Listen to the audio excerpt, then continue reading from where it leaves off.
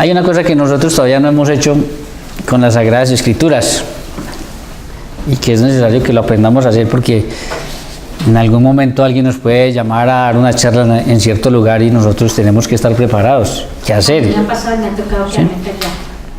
Le ha tocado quedarse callada, ¿sí? Por ejemplo, ya mínimo sabiendo una lección divina uno se defiende. Porque usted dice, bueno, listo, cojo un texto, lo busco, hago una lección divina y yo sé que la gente se lo va... Mire, el gran problema que tenemos hoy en día es que no se predica casi la palabra de Dios. Se lee el Evangelio y se predica otra cosa. Entonces la gente se queda sin palabra de Dios. Y después escuchan a otro predicar la palabra de Dios y arrancan. ¿Sí? Entonces nosotros tenemos esa dificultad. Pero una de las cosas que nosotros tenemos que aprender es también a sacar temas específicos. Por ejemplo, a mí me invitan a dar una charla con jóvenes drogadictos. Entonces yo tengo que saber más o menos qué mensaje les llevo. ¿Sí? No sé, hay todo tipo de personas, adultos, mayores, personas que están enredadas en ciertas situaciones.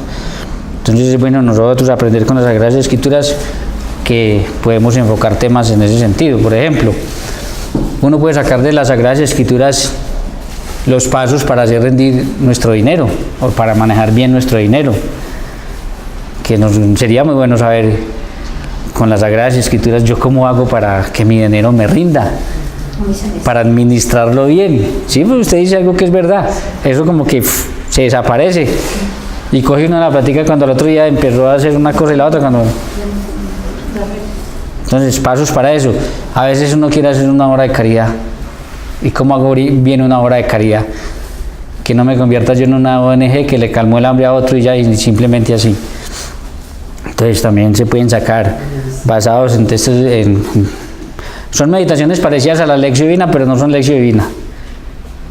Y uno se apoya en el texto bíblico y va sacando los pasos para ciertas cosas. Hoy quiero que hagamos algo y lo vamos a hacer desde una parábola que da para lo que sea, porque es maravillosa. La pueden ir buscando en Lucas 15, versículo 11. ¿Sí? Entonces vamos a sacar algo parecido, vamos a sacar unos pasos que ya les voy a explicar de qué se tratan. Y nos vamos a dar cuenta, es algo parecido a la lección divina, pero no es exactamente una lección divina. ¿Sí? Entonces, pero esta parábola es maravillosa porque usted con esta parábola puede sacar tantas cosas. Es una de las parábolas, todas son lindas, pero esta es una de las parábolas con mucha riqueza, que usted entre más la medita, más la encuentra. Usted entre más la medita y la ora, más amplio es. Y nos vamos a dar cuenta, hoy vamos a hacer un trabajo con él, con ella, ¿sí? Pero después la vamos a coger y la vamos a hacer lección divina y verá todo lo demás que sacamos de ahí. Porque la verdad que sí dice muchas cosas. Entonces vamos a leer. Es muy conocida por todos. ¿Cómo se llama? ¿Ya la encontraron? Lucas 15, versículo. Pero ¿cómo se llama? Del 11 en adelante. El hijo pródigo. Hay otras versiones de la Biblia que la tienen como el Padre misericordioso. ¿Sí? La palabra del Padre que recobra a su hijo. El Padre que recobra a su hijo. Pero nosotros la conocimos como el hijo pródigo. ¿Sí? La parábola del hijo pródigo. Entonces la voy a leer y luego les voy a explicar qué vamos a hacer con ella. ¿Listo? Estén atentos de todas maneras, siempre. Recuerden que siempre que se lee la palabra de Dios, se lee con atención, se vuelve a leer si es posible. Si tiene tiempo, se relee otra vez, se va haciendo una imagen del texto, se lo va guardando. Pasó esto, ¿sí? Que el problema, vuelvo y repito, es que muchas veces hay gente que se lee un evangelio en un día o en 2 días. ¿Pero qué hizo? Al final terminó, vaya, pregúntele qué le quedó. Hace más, si coge solamente una parábola y la medita, la vuelve a leer, piensa, se pone en contexto. Si ya sabe manejar contexto, se pone en contexto. Es decir, qué viene haciendo Jesús, qué hay antes, qué hay después, de qué está hablando. Para eso también en las Biblias se nos da una introducción del libro, antes de empezar, para que nosotros tengamos una idea de cómo está conformado, cómo está dividido. Todo eso nos ayuda, ¿listo? Entonces, siempre, por favor, no hay afanes con la palabra de Dios. Con Dios no hay ningún afán. ¿Sí? ¿Para qué? ¿Para qué nos afanamos? Dice así, Dice así, Lucas 15, versículo 11 en adelante, la parábola del hijo pródigo, dice, les contó también lo siguiente, un hombre tenía 2 hijos, y el menor de ellos dijo al padre, Padre, dame la parte de la herencia que me corresponde. Y él le repartió la hacienda. Pocos días después, el hijo menor lo reunió todo y se marchó a un país lejano, donde malgastó su hacienda viviendo como un libertino. Cuando hubo gastado todo, sobrevino una hambre extrema en aquel país y comenzó a pasar necesidad. Entonces fue y se ajustó con uno de los ciudadanos de aquel país, que lo envió a sus fincas a apacentar puercos. Y deseaba llenar su vientre con las algarrobas que comían los puercos, pero nadie se las daba. Y entrando en sí mismo dijo, ¿cuántos jornaleros de mi padre tienen pan en abundancia, mientras que yo me muero de hambre? Me levantaré, iré a mi padre y le diré, Padre, pequé contra el cielo y ante ti, ya no merezco ser llamado hijo tuyo. Trátame como a uno de tus jornaleros. Y levantándose partió hacia su padre. Estando él todavía lejos, le vio su padre, y conmovido corrió, se echó a su cuello y lo besó efusivamente. El hijo le dijo, Padre, pequé contra el cielo y ante ti, ya no merezco ser llamado hijo tuyo. Pero el padre dijo a sus siervos, traed a prisa el mejor vestido y vestidle, ponedle un anillo en su mano y unas sandalias en los pies. Traed el novillo cebado, matadlo y comamos y celebremos una fiesta, porque este hijo mío estaba muerto y ha vuelto a la vida. Estaba perdido y ha sido hallado. Y comenzaron la fiesta. Su hijo mayor estaba en el campo y al volver, cuando se acercó a la casa, oyó la música y las danzas. Y llamando a uno de los criados le preguntó qué era aquello. Él le dijo, ha vuelto tu hermano y tu padre ha matado el novillo cebado porque lo ha recobrado sano. Él se irritó y no quería entrar. Salió su padre y le suplicaba, pero él le replicó a su padre, hace tantos años que te sirvo y jamás dejé de cumplir una orden tuya, pero nunca me has dado un cabrito para tener una fiesta con mis amigos. Y ahora que ha venido ese hijo tuyo, que ha devorado tu hacienda con prostitutas, has matado para él el novillo cebado. Pero él le dijo, hijo, tú siempre estás conmigo y todo lo mío es tuyo. Pero convenía celebrar una fiesta y alegrarse, porque este hermano tuyo estaba muerto y ha vuelto a la vida, estaba perdido y ha sido hallado. Palabra del Señor. Bien, entonces, hoy vamos a mirar algo bien interesante, lo aprendí hace muchos años, ¿sí? Lo aprendí hace muchos años. Ustedes, a veces la gente tiene miedo de enseñar algo porque ya lo escuchó de otra persona. No seamos bobitos, lo que nosotros enseñamos hoy ya lo enseñaron ¿quiénes? Los apóstoles.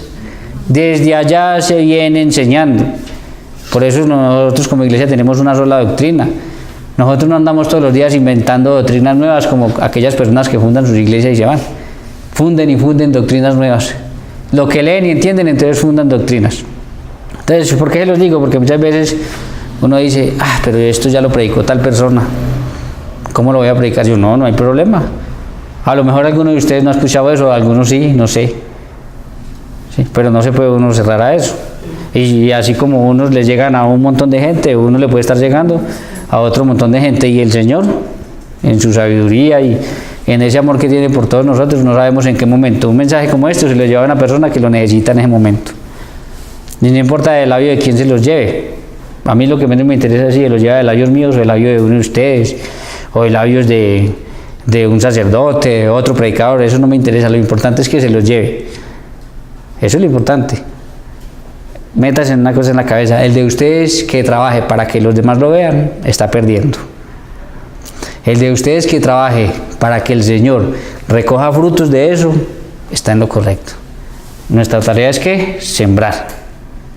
Eso nosotros estamos llamados ¿a qué? A sembrar. ¿Que recoja quién? El Señor. Entonces nosotros sembramos, donde el Señor nos ponga sembramos. No, por eso no necesitamos que aquí hayan 5.000, 10.000 personas. Sembramos con los que hay. Es más, con ustedes se pueden duplicar las personas. Entonces ya ustedes le cuentan a su esposa, a su esposo, a su hijo, a un conocido. Y ahí cuando menos piensa, eso se va expandiendo. Entonces, ¿qué vamos a mirar el día de hoy? Vamos a mirar de esta parábola 12 pasos, ojo, 12 pasos que nos da Jesús en esa parábola. 6 pasos que nosotros damos para irnos de la casa del Padre. Entonces 6 pasos para irnos. 6 pasos para irnos, pero 6 pasos para regresar.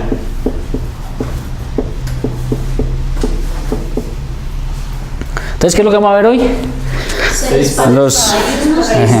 Los 6 pasos que a mí me encanta porque la palabra de Dios tiene una definitivamente inspirada por el Espíritu Santo y viene de Dios, ¿sí?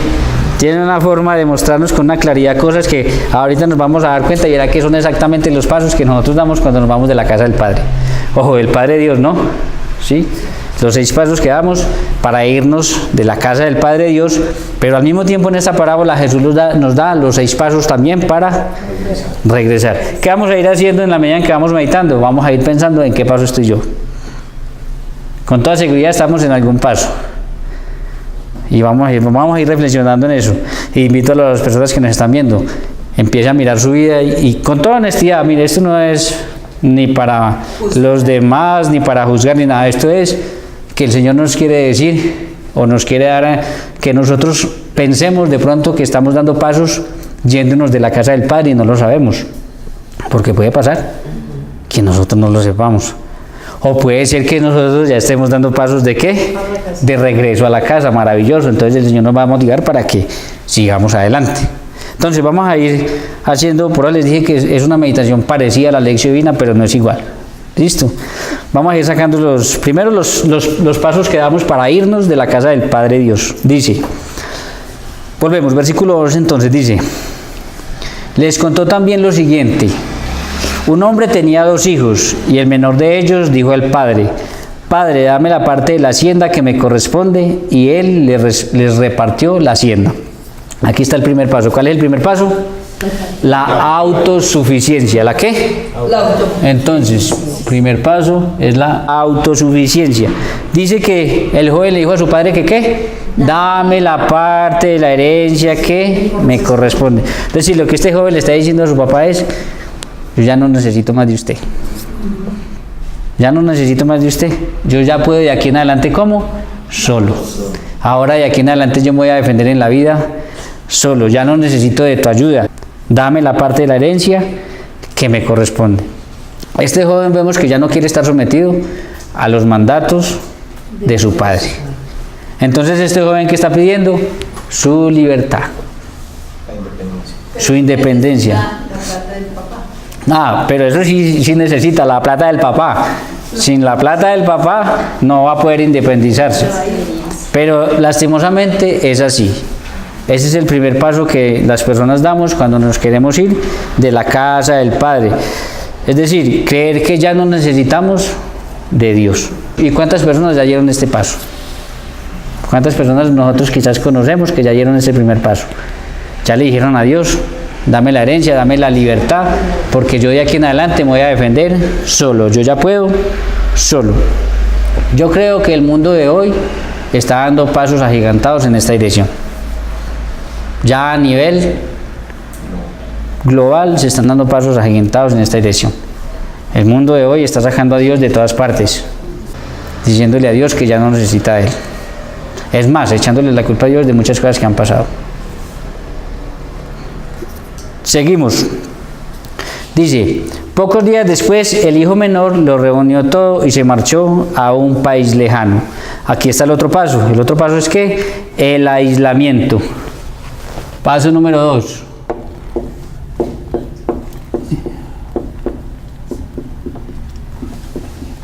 Ustedes van a ir dando cuenta cómo un paso nos va a ir llevando al otro.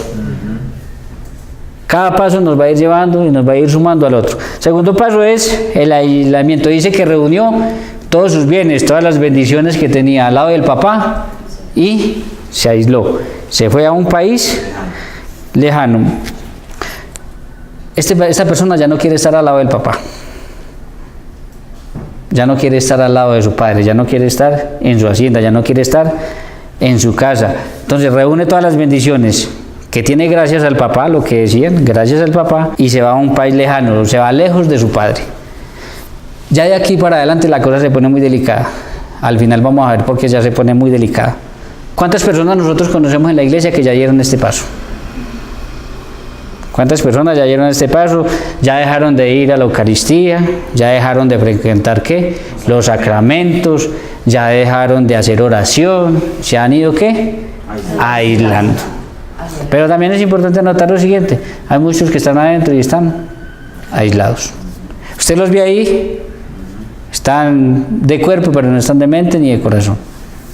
Ya están aislados, ya no tienen una experiencia con el Señor, no saben ni siquiera, vienen por la palabra cumplimiento, cumplo y miento. Entonces, por tradición, por cumplimiento están ahí, pero realmente no están, ya se están aislando.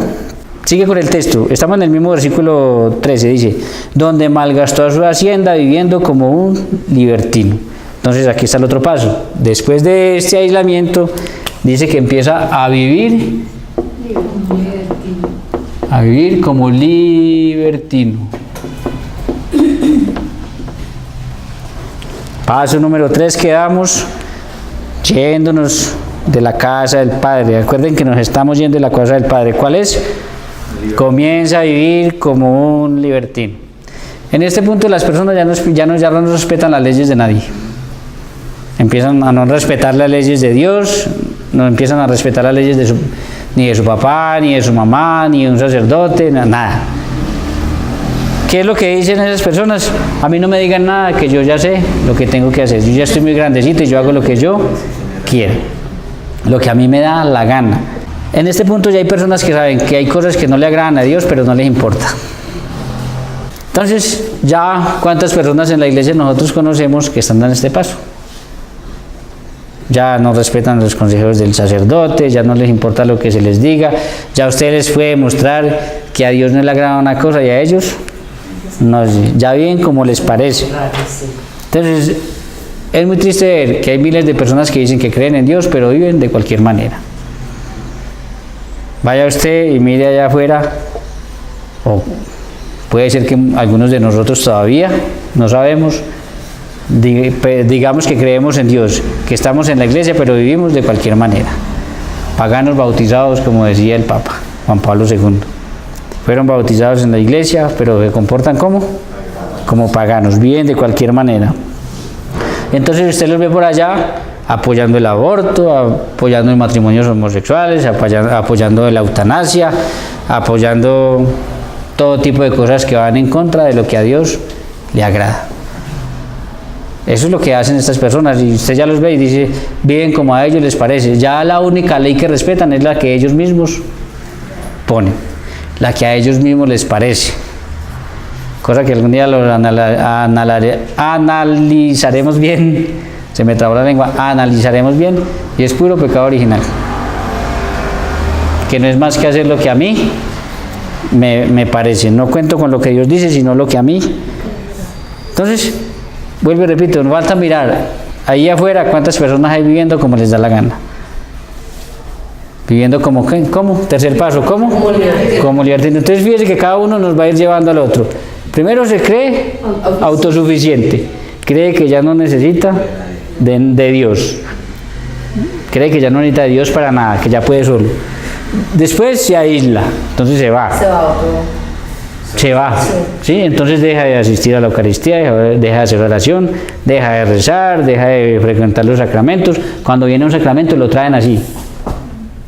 ¿No ha dado cuenta que hay personas que las traen y usted se da cuenta cuando están celebrando un bautismo, un sacramento, son por allá desesperados, no saben qué hacer, miran el reloj, suena el celular y se van y contestan y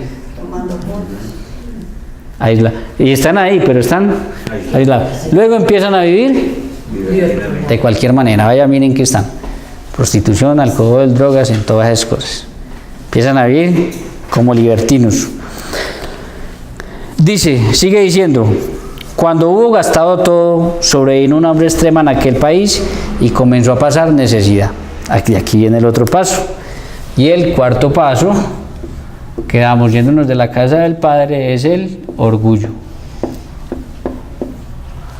El orgullo. ¿Por qué el orgullo? Porque en este momento él debió haberse dado cuenta que se equivocó. Dice que cuando gastó todo, ya no tenía nada, ya había gastado la herencia, y vio que había hambre en ese país y comenzó a pasar ¿qué? Hasta aquí debió haber llegado. Debió haber tenido la humildad de decir, creo que me equivoqué, creo que la barré. Entonces, ¿cuántas personas en la iglesia y fuera de ella ya están en este paso? Están arrastrados por las drogas, por la prostitución, por la indigencia, por el adulterio, por el asesinato, le andan quitando la vida a los demás, etcétera, etcétera, pero su orgullo no los deja reconocer que se equivocaron. Y es más, yo creo que se dan cuenta que se equivocaron, pero su orgullo no los deja. El orgullo es tremendo porque el orgullo es lo contrario a la humildad, ¿sí? ¿Qué es la humildad? La palabra humildad es sencilla. Viene de una palabra griega que es humus, y humus es tierra. ¿Qué es la humildad? Reconocer que yo soy ¿qué? Tierrita. Si hay alguna realidad y si alguna realidad nos marcan a nosotros el miércoles de ceniza, es esa. Mi hijo, eres tierrita y allá vas a volver. Entonces es reconocer que si yo estoy aquí es gracias a Dios. Pero y lo contrario a eso es ¿qué? La soberbia. El orgullo y la soberbia que no me dejan bajar la cabeza y decir, hombre, yo me equivoqué. Tengo que reconocer que cometí un error. Entonces el otro paso es ¿qué? Entonces, si por favor, si nos hemos dado cuenta que ya estamos en este paso, que ya estamos sumergidos en las drogas, en el alcohol, en la prostitución, en tanto pecado, por favor, deje el orgullo, hombre, no pierde nada. ¿Qué pierde? No pierde nada, solamente deje el orgullo y reconozca que tomó una mala decisión. Nos vamos a dar cuenta inclusive que aunque vayamos más allá, Dios ni siquiera nos va a juzgar por eso. Entonces nadie lo va a juzgar, nadie lo va a criticar. Es por el bien suyo, lo que digan los demás, ¿qué importa a usted? Sea humilde, baje la cabeza y reconozca que se equivocó, que tomó una decisión. Es más, que va por un camino equivocado que no lo va a llevar a nada bueno. Dice, versículo 15, entonces fue y se ajustó con uno de los ciudadanos de aquel país que le envió a sus fincas a apacentar puercos. Entonces el otro paso al que nos llevan ya en estos 4 pasos, el quinto es que trabaja como esclavo. Trabaja como es.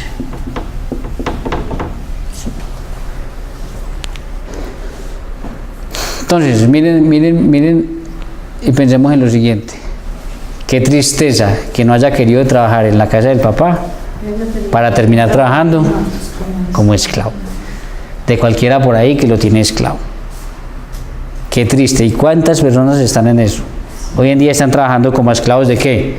Del alcohol, de las drogas, de la prostitución, de todo tipo de pecados. En la casa del papá no quisieron trabajar más. Falta ver si como hijos trabajaban o si el papá los mantenía en todo. Porque para eso hay unos sirvientes y unos esclavos que trabajan. Los hijos a lo mejor no trabajaban, ayudaban a gobernar ¿a quién? Al papá, ¿sí? Ayudaban a gobernar al papá. Entonces no quiso hacer nada, ni siquiera eso quiso hacer en la casa del papá para terminar. ¿Usted no se han dado el desespero de una persona que está esclava de las drogas por conseguir droga? ¿Y cómo los pone a trabajar robando, haciendo daño, para conseguir el dinero que necesitan para eso, para sostener ese vicio? No quiso trabajar más con su papá para ir a trabajar con cualquiera por ahí. Y hay tantas personas en esa situación. Tendríamos que pensar en este punto, ¿será que yo ya llegué hasta ahí? ¿Será que yo ya llegué tan bajo que estoy esclavo, sometido? Es que una persona de esas yo sé que aquí hay algunos que hemos conocido personas que por más que hemos querido sacarlas de allá, ya la voluntad de ellos no les da. No les da. Yo me acuerdo, creo que era doña Graciela la que me contaba que tenía un familiar que lo cogían, lo sacaban, le daban comida, lo vestían bien, lo volvían a poner digno. otra vez allá, otra vez allá, Dos otra de vez. los casos, un hijo mío y una sobrina. Esclavos. Se gastó Es que es en cualquier tipo de vicio que nos lleve a eso. Entonces ahí sí trabajan, ahí sí trabajan en lo que tenga que hacer, obedeciendo a un Dios que no es un Dios falso. ¿Sí?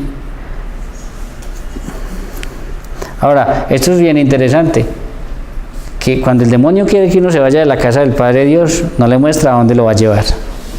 ¿Qué le mostró cuando se lo iba a llevar? Que iba a pasar muy bueno solo, que iba a gozar de su libertad, lo chévere que iba a pasar con las prostitutas, porque ahí lo dice, que se gastó su plata ¿con qué? Con prostitutas, pasando bueno. Eso no, él le mostró eso, pero no le mostró a dónde iba a terminar. Eso es propio de Satanás. Satanás siempre le va a mostrar a ustedes lo bueno, lo aparentemente bueno, porque eso no es que sea lo aparentemente bueno, pero no le muestra a dónde va a terminar. Eso sí no se lo muestra.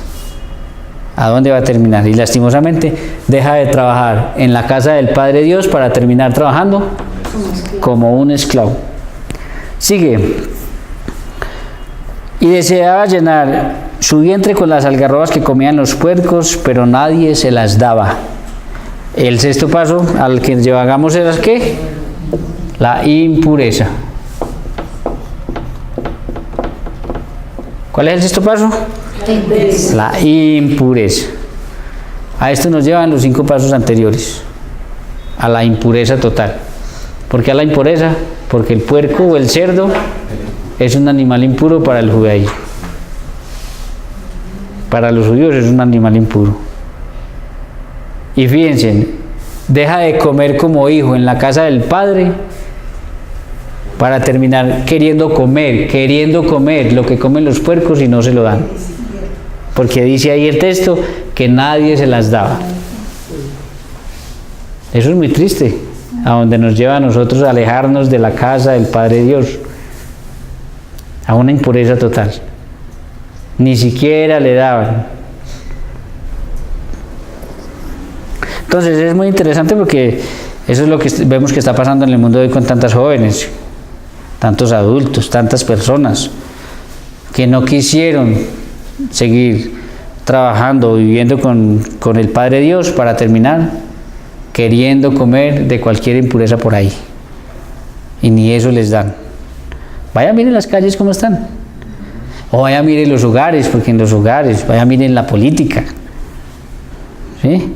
Vaya, miren en todos esos lugares para que ustedes encuentren la cantidad de personas que han hecho este proceso. Porque para llegar aquí, uno hace este proceso. Rápido o lento, pero lo hace. Fíjese la perfección que esto tiene. Para llegar a una impureza total, usted tuvo que haber pensado que usted ya no necesitaba de Dios, que ya no le iba a hacer más caso al papá. Tuvo que haberse aislado, porque en la casa del papá, el papá no le va a permitir eso. Dios no es como esos papás de hoy en día, que le permiten a los hijos que duerman con la novia en la casa, o a las hijas, o así. En la casa del papá no lo hubiera podido hacer. Porque la casa del papá se respeta, del Padre Dios, ¿no? Después, claro, como ya se fue, ya no está al lado del papá, pues entonces puede vivir como le da la gana, ahí se hace y deshace. Ahí sí coge su libertad y hace lo que le parece. Se da cuenta que ya no tiene nada y se llena de orgullo. Y este punto es terrible porque ese orgullo lo lleva a terminar trabajando como esclavo y a ser impuro.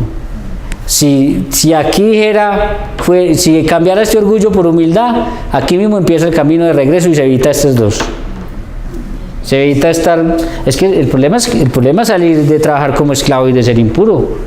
Es lo que estamos diciendo ahorita. ¿Cuántas personas conocemos que ya están completamente esclavos de las drogas? Que es un caso que uno ve mucho, del alcohol, y ya no pueden. No tienen esa voluntad. Solamente Dios les puede ayudar. Pero para que les abra un campito en el corazón y ellos tomen esa decisión, sí lo pueden hacer. Porque vamos a ver que así usted llegue al último, el problema que usted tiene es que usted diga, yo ya no puedo salir de ahí. Yo tengo personas que han cometido delitos graves y dicen, yo ya no tengo perdón de Dios, yo ya sigo como voy. No, dicen, no, es que yo ya no tengo perdón. Y nos vamos a dar cuenta que el mismo Jesús va a mostrar aquí, que ya aunque caigas acá, Es una lástima que uno llegue hasta acá. Es una lástima, pero si se cae hasta acá, hay solución. La parábola es maravillosa porque nos va a decir que hay solución. Y podemos volver a estar con el papá, con el Padre Dios otra vez. ¿Sí? Entonces, analizar aquí yo en cuál estoy. Primero, en el segundo, la autosuficiencia, el aislamiento, vivir como libertino, en el orgullo, trabajar como esclavo o en la impureza total. No importa en la que estés, aun si estás en la impureza, aunque nosotros lo veamos muy difícil, la parábola nos va a mostrar que sí se puede salir. Sí se puede salir. Pero hay que tomar unas decisiones que ya las vamos a ver. Entonces, en este punto ya, en este último punto, pues ahí tendremos que apelar mucho a la misericordia de Dios. Una persona que tenga un familiar ya en este punto, apelarle mucho a la misericordia de Dios. No es imposible, pero ya es más duro. Más fácil cuando yo empiezo a caminar y apenas voy por acá, a cuando yo ya llego por acá. Es como si yo me voy caminando al centro, es más fácil si me quedó algo, devolverme de acá cerquita, o que cuando vaya, me puedo devolver desde el centro mismo, pero es más lejos. Eso mismo pasa entonces en nuestra vida. Entonces ahora vamos a mirar los otros 6 pasos que nos va a dar Jesús en esta misma parábola para volver a llegar a ¿qué? A la casa del Padre. Espero que estemos muy atentos. Dice, versículo 17, ahí empieza, dice, y entrando en sí mismo dijo, ¿cuántos jornaleros de mi Padre tienen pan en abundancia, mientras que yo aquí me muero de hambre? Primer paso para todas aquellas personas que quieren, vayan en el paso que vayan, no ya estén en el último, regresar a la casa del Padre. El primer paso es ¿qué? La reflexión.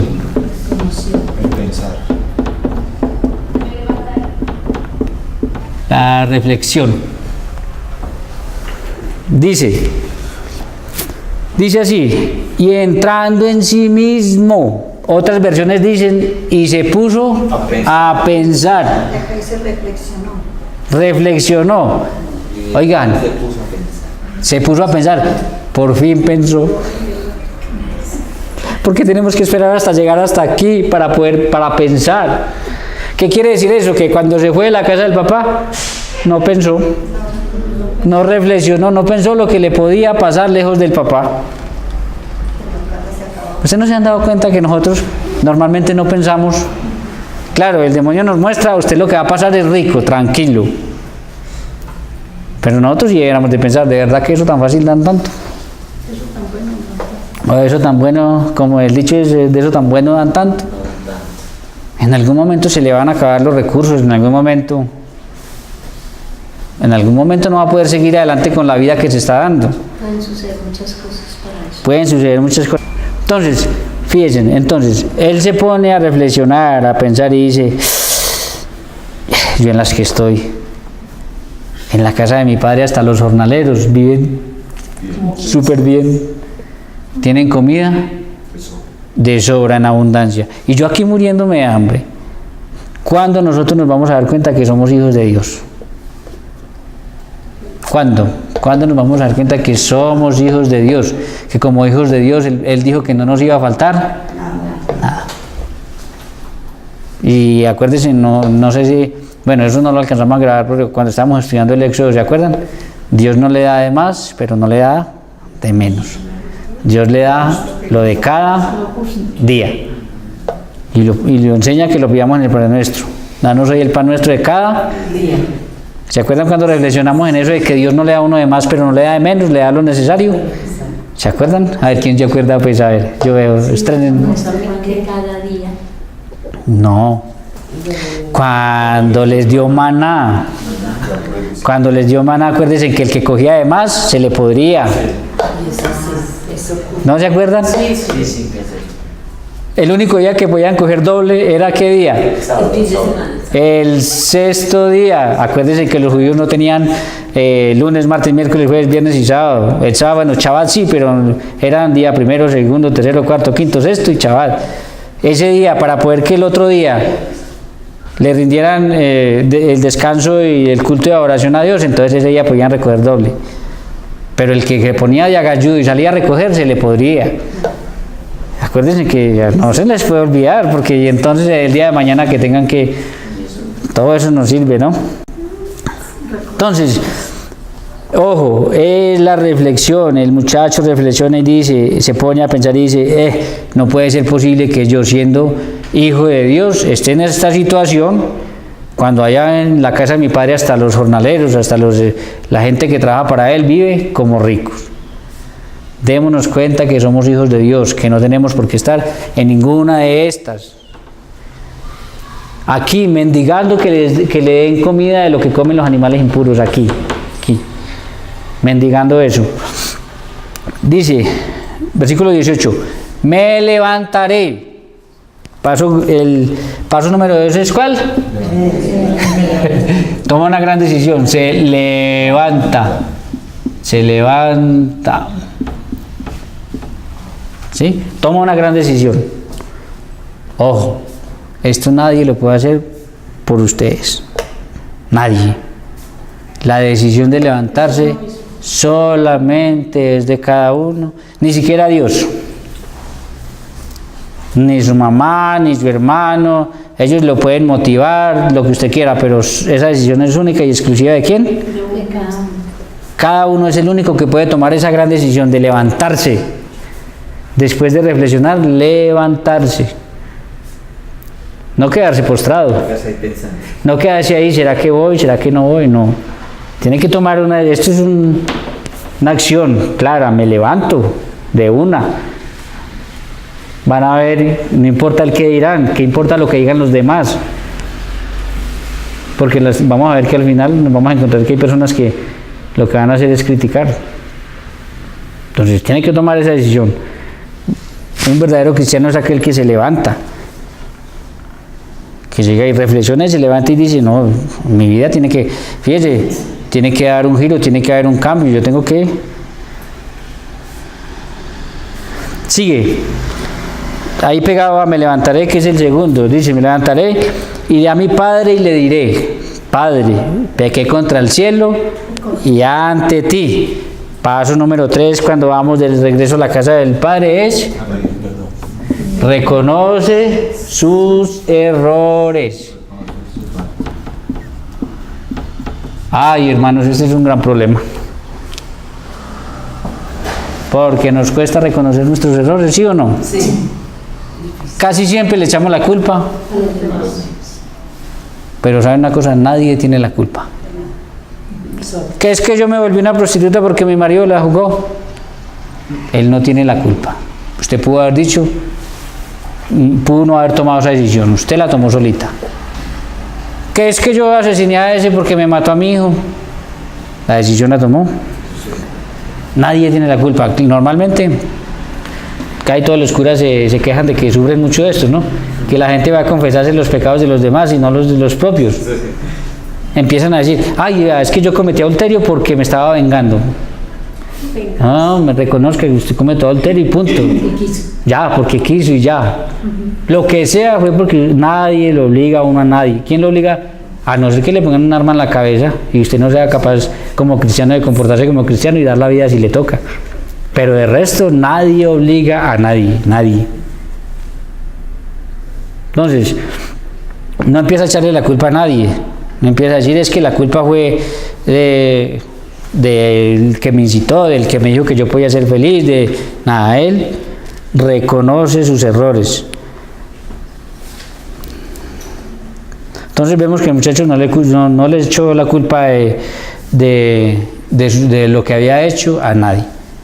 Y yo creo que es el momento de que nosotros empecemos a ser valientes y a reconocer que nos hemos equivocado. Que si yo voy en un camino de espaldas a Dios, la decisión la tomé yo solito, que me equivoqué yo, que nadie tiene la culpa. El único culpable soy. Sigue. Ya no merezco ser llamado hijo tuyo, trátame como a uno de tus jornaleros. Este es el otro paso, el cuarto es el momento de la conversión.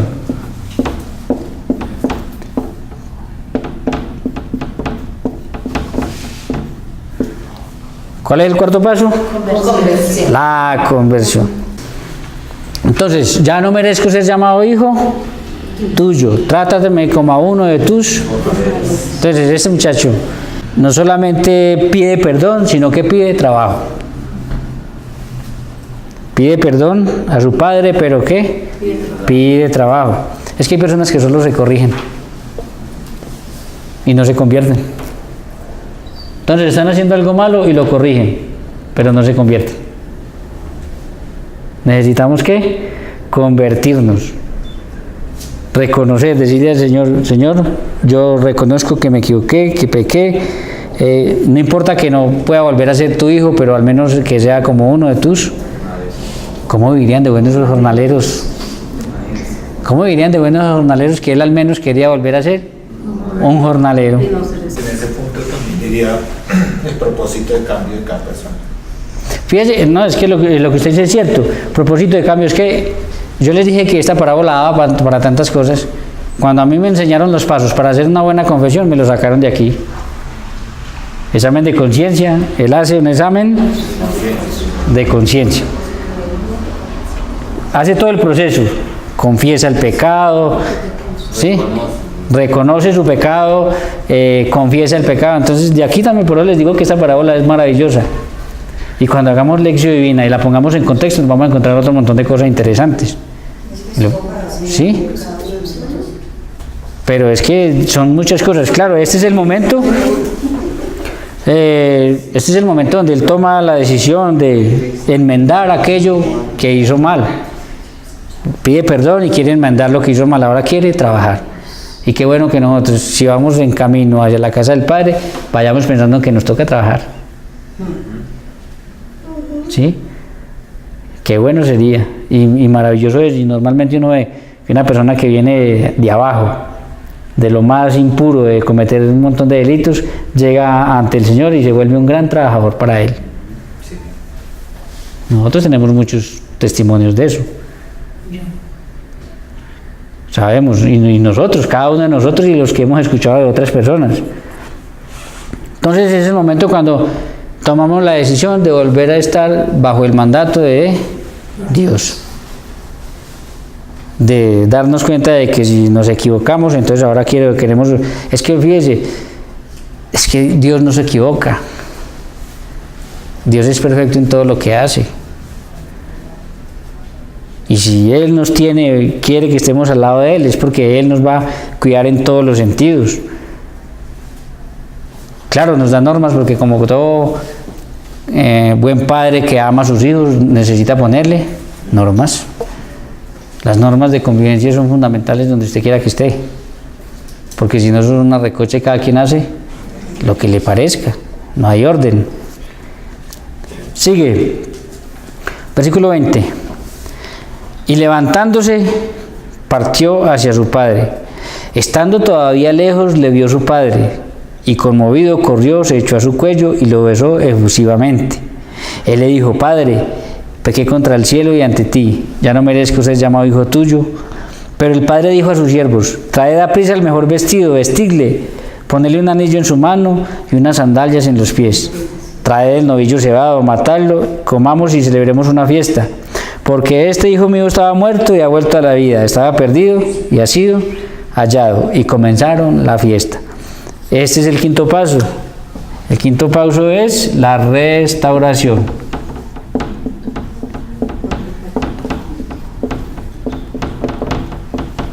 ¿Cuál es el quinto paso? Es la restauración. La restauración. A nosotros muchas veces este pedacito que acabamos de leer no nos dice nada porque nosotros desconocemos las escrituras. Pero en la Biblia estar desnudo es sinónimo de haber perdido la dignidad. ¿Qué fue lo que le pasó a quién? Adán y Eva. Entonces el Señor le devuelve primero ¿qué? La dignidad de hijo. Es que tenemos que darnos cuenta que somos hijos. Por el bautismo somos hijos de Dios. ¿Por qué tenemos que estar viviendo como mendigos, trabajando como esclavos y sirviendo a unas causas tan tontas? ¿Cuántas personas han dado la vida por una causa tan tonta como por ejemplo la de la guerrilla? En Venezuela, la de un presidente. por causas tan boas que Universidades. yo le he dicho al Señor, hombre, yo creo que lo mejor que me podría pasar, si voy a morir mártir, es que sea por Jesús. De resto no me gustaría morir por ninguna otra causa. Pero unas causas impresionantes y la gente. Entonces, las sandalias no las usaban los esclavos, sino que las usaban ¿quiénes? Los hijos. Lo vuelve a aceptar como hijo. Él pidió trabajo como jornalero y ahora el Señor le devuelve el puesto de hijo. Y con el anillo le da autoridad, porque así era como se sellaban los negocios en la antigüedad. Hoy en día hacer un negocio es un complique porque eso toca autenticar, no, eso toca ponerle plata por si alguno se marea, lo que sea, porque huellas, eso es una... En la antigüedad se ponía un anillo y hasta no hace mucho nuestros abuelos de palabra y chao, así fue, cueste lo que cueste, la palabra tenía valor. Entonces el Señor, aquí es cuando Dios vuelve y le da el puesto como hijo, le vuelve a colocar su dignidad, porque la había perdido totalmente, toda la había perdido. Le vuelve a dar dignidad, le vuelve a dar autoridad, le da el anillo y quienes lo veían con el anillo sabían que era el hijo que había regresado, tenía otra vez autoridad. Entonces, hermano que me ves y que estás aquí, no tenga miedo de tomar esa decisión. No ande diciendo que no, que usted ya no puede, que ya usted ha pecado tanto que no puede. Dice algo muy bonito, dice que, o sea, eso no lo analizamos en ese momento, pero dice que el padre lo vio desde lejos, estaba pendiente a ver cuándo era que regresaba su hijo. Salió corriendo. Un anciano no puede correr. ¿Cómo va a correr un anciano? Pero es tanto el amor de ese papá por ese hijo que sale corriendo. Yo creo que el otro venía despacio y este corría. Según la Biblia, el que corre es ¿quién? El Padre. Según la Biblia, el que corre es Dios. Cuando ve que nosotros tomamos la decisión de salir de nuestra impureza, de nuestro pecado y regresar a Él. La felicidad que le da. Se le echa al cuello. Son un montón de cosas que toca analizar después. Se le echa al cuello, lo besa efusivamente. ¿Cómo viene oliendo? A cerdo. ¿Cómo viene? Lleno de impureza. Viene así, pero el padre no le importa eso.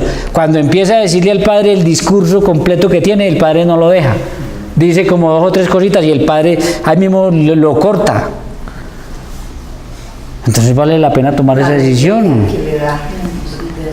Vale la pena tomar esa decisión porque eso es lo mismo que va a hacer con nosotros si tomamos esa decisión. Miren bien después, él arma un discurso y cuando empieza a dar el discurso el padre lo corta. Le dice, no, rápido, tráigame el vestido, las sandalias, el anillo, consigan el becerro el más alentado, el más bonito, no el más flacuchento por ahí, porque eso es lo que hacemos. Porque eso es lo que hacemos nosotros, ¿no? Ah, como se fue, ya no merece, sino que... Ay, mujeres, ustedes. Ah, se largó. Si quiere, coma ahí sobrados. Ahí le dice ahí como por no dejar ahí. Eso no es lo que hacemos nosotros. Ah, pero no me trate así. Ah, pero usted lo buscó, ¿no? Que se fue. Nosotros somos... Es que nosotros sí somos rencorosos. Dios no. Él manda a matar el mejor. Pero dice también algo muy interesante ahí en esa parte, en este que es el paso de la restauración. Cuando Dios le devuelve la dignidad de hijo, le pone el anillo, le da autoridad, le pone el vestido. Dice la Biblia que él estaba muerto, pero el muchacho nunca murió. ¿Saben por qué? ¿Saben por qué? Porque para Dios los únicos muertos son los que están en pecado. Fíjese que en otro pasaje del Evangelio va a decir que Dios no es Dios de muertos, sino de vivos, que por lo tanto para Él todos viven. Para Dios, métanse en esto en la cabeza y piensen, o pensemos todos nosotros, los únicos muertos para Dios, los que están en pecado, los que estamos en pecado. Entonces hay muchas personas que nosotros las vemos es que muy vivas porque se mueven para allá y para acá y a lo mejor están muertos. Y hay otros que ya se fueron y pueden estar más vivos que, sabemos por la escritura que están más vivos que nosotros. Aquí viene algo que yo les dije ahorita. El peligro, ya cuando nos aislamos de la casa del Padre, cometemos, hay un problema muy grave. Si este muchacho después de que se aísla se muere, ¿dónde lo entierran? Lejos de la casa del Padre. Lejos de la casa del Padre. Y si nos ponemos a mirar eso en el sentido bíblico, sería muerte espiritual. ¿Qué problema morir lejos de la casa del Padre? ¿Sí? Si este muchacho no hubiera tomado la decisión de salir de cualquiera de estas, pero él ya había llegado hasta lo más, hasta lo último, muere lejos del papá y lo entierran lejos del papá. Ya desde aquí, yo lo puse desde acá porque ya cuando empezó a vivir como un libertino, está lejos de la casa del papá. Ya se ha aislado. Eso le hubiera pasado a esos muchachos, lo hubieran enterrado lejos de la casa del Padre. Que a nosotros nos vaya a pasar eso. Por no tomar la decisión de levantarnos. Aquí en este paso vemos que cuando ya él asoma, ya el Padre lo recibe, sale corriendo y lo recibe. Entonces tenemos que dejarnos restaurar por Dios. Tenemos que tomar esa decisión. Vuelvo y repito, en lo que yo cometí el pecado más grave de este mundo, mientras no sea contra el Espíritu Santo. Hermano, levántese. Tome la decisión de ir.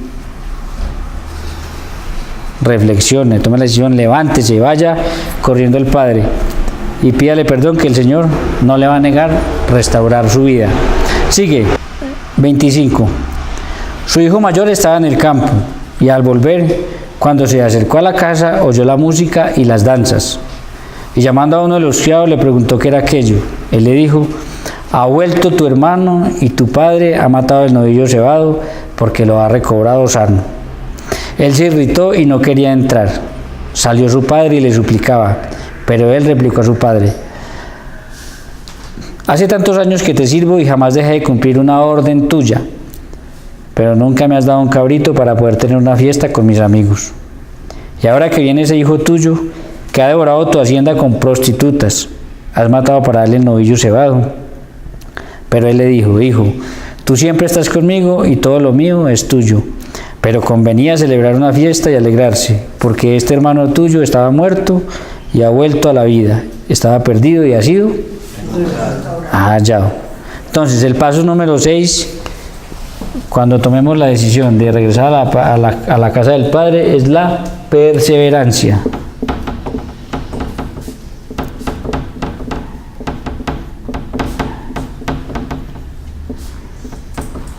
¿A qué? Perseverancia. ¿Se alegró el hermano mayor de que hubiera regresado? No. Entonces, como el hermano mayor no se alegró, dijo él: entonces me voy a devolver. Es que mi hermano no me quiere ver aquí. No. Ahí es donde nos toca ¿qué? Perseverar. Para no volver a hacer como que el mismo ciclo. Fíjense qué tristeza. Lastimosamente, cuando uno toma la decisión de salir de acá y regresar al Padre, casi siempre es en la misma casa donde lo critican a uno, donde lo empiezan a criticar, donde no lo quieren recibir, donde lo rechazan, donde no quieren alegrarse, le echan en cara, lastimosamente le echan en cara se acuerdan de todo lo malo que uno ha hecho.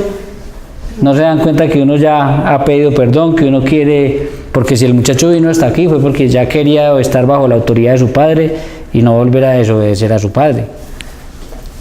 Y lastimosamente hay muchas personas que nos están juzgando por nuestro pasado. Vaya a ver a cuántas personas todavía nos juzgan y a otros hemos visto que los juzgan por el pasado. Y se les ha olvidado que cuando Dios nos restaura y nos perdona, ese pasado no importa. Claro, para la gente seguirá insistiendo. Entonces tenemos que tener en cuenta que muchos nos van a juzgar, nos van a criticar y nosotros no nos podemos dejar desanimar. Tenemos que perseverar. Ya el Padre nos ha dado su abrazo, nos ha dado su perdón, nos ha restaurado, Y nos ha recibido. nos ha recibido. Nos ha dicho que hemos vuelto a vivir. Cuando le dice estaba muerto, pero ha sido hallado, está diciendo que volvió a vivir. Si el Señor te volvió a dar vida, que no te la quite nadie. Entonces, tenemos que coger cada paso y volver a meditar, porque muchas veces como no lo hace así en las carreras por el tiempo, pero cada uno sabe, cada uno en su interior sabe en qué paso está. Y sabe si de pronto va de espaldas, alejándose de la casa del Padre, o sabe si va de regreso. No es fácil, regresar no es fácil. Volver a decir, yo voy a volver a estar en la casa de mi Padre, voy a estar sometido a mi Padre, porque vuelvo y repito, el Padre tiene normas. Jesús nos ha dado normas. Que este material le sirva a todas aquellas personas que de pronto, de una manera especial, yo alguna vez escuché decir a alguien eso que le he dicho. Es que yo creo que yo ya no tengo perdón de Dios. No, está equivocado. Según las Sagradas Escrituras sí tiene perdón.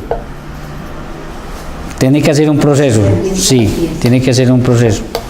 Y todo el que se arrepienta, acabamos de ver cómo alguien ya en el último momento en la cruz logró la salvación.